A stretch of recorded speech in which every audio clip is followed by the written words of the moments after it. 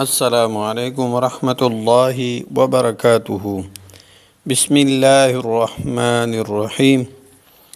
ټول تعریفونه د رب ذوالجلال د فاره چې خالق او مالک او پروردگار د کل عالم دی، او درود پاک په خاتم الانبیاء د مدینی جانان حضرت محمد صلی الله علیه وسلم باندې.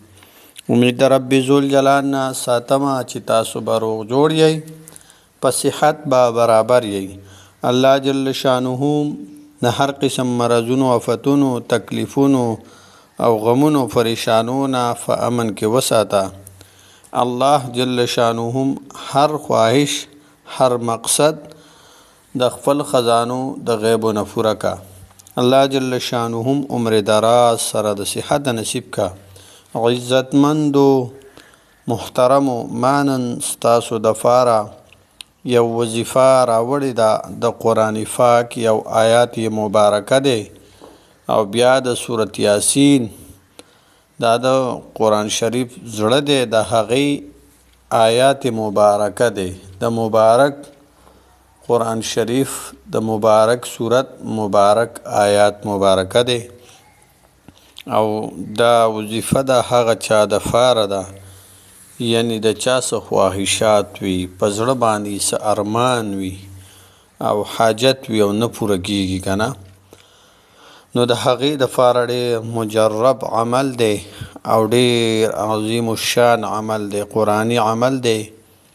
او دا چې څوک دا وظیفه وکړي نو الله جل شانه به د ده حاجت او خواهش خامخا د ده چې په زړه کې څومره خواهشات وي، شرعي او جایز خواهشات وي، الله جل شانه به هغه خامخا پوره کوي په خپل فضل و کرم باندې او د دې وظیفې په برکت باندې.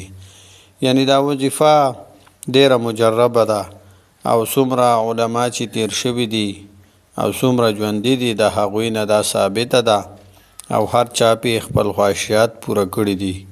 چې چا په زړه کې څه ارمان وي، خواهش وي، هغه پې الله جل شانه پوره کړي دي. نو ډېره مجربه او عظیم الشان وظیفه ده او اسانه وظیفه ده.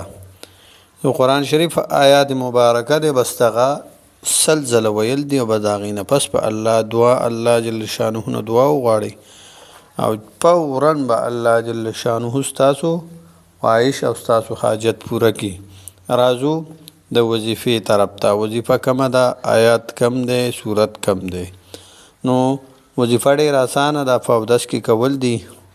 اول به د مخکې درود پاک په نبي علیه الصلاة والسلام باندې ووایئ. دوه درې پنځه اووه ځله هر څو چې تاسو ته ممکنه وي ویل دي. په یکسویۍ کې، یوازې کیوالي کې، په توجه سره او د زړه په غور باندې دا وظیفه کول دي. د قرآن پاک آیات مبارکه دی د سورت یاسین. وجعلنا بسم الله الرحمن الرحیم وجعلنا من بین ایدیهم سدا ومن خلفهم سدا فاغشیناهم فهم لا یبصرون. بسم الله الرحمن الرحیم وجعلنا من بين أيديهم سدا ومن خلفهم سدا فأغشيناهم فهم لا يبصرون. دا آیات مبارکه که 41 مرتبه وي هم بهتر خبره ده، یعنی یو څلوېښت ځله. که هغه نه وي اویا ځله پکار وي، که هغه هم نه وي نو بیا سل ځله دا ویل ډېر بابرکته دي او ډېر فضایل واله دي. د هغې نه پس بیا درود پاک 3 ځله، 5 ځله، 7 ځله وي دا ووایئ.